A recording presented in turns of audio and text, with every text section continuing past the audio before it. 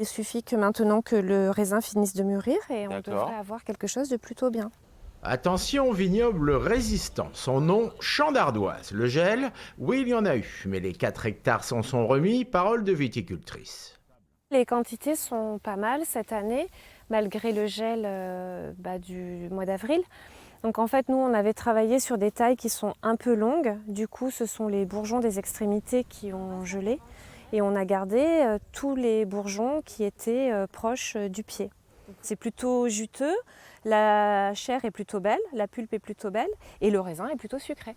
Quantité satisfaisante, qualité au rendez-vous, les 13 000 bouteilles produites devraient trouver preneur. Ailleurs, c'est une autre histoire. Mauvais plan pour le 1001 pierre sur Branceil et sur le vin de paille sur Messac et Beaulieu, gel et mildiou ont fait des dégâts. On a des secteurs qui sont légèrement épargnés, on va dire, et d'autres secteurs qui sont beaucoup plus atteints, beaucoup plus touchés par le gel. Pour donner un pourcentage précis, c'est encore un peu trop. Par contre, on a vraiment un gros pressenti. Il y a une très forte perte sur ce secteur, sur les cépages blancs. En fait, la perte, elle peut aller de 30 à 80%, voire chez certains, beaucoup plus, quoi. De gros dégâts accentués aussi par une pluie en grande quantité et un manque de chaleur, spécialement en juillet. La suite, tout dépendra bien sûr de la météo, la nature est souveraine et cette année, elle aura frappé fort.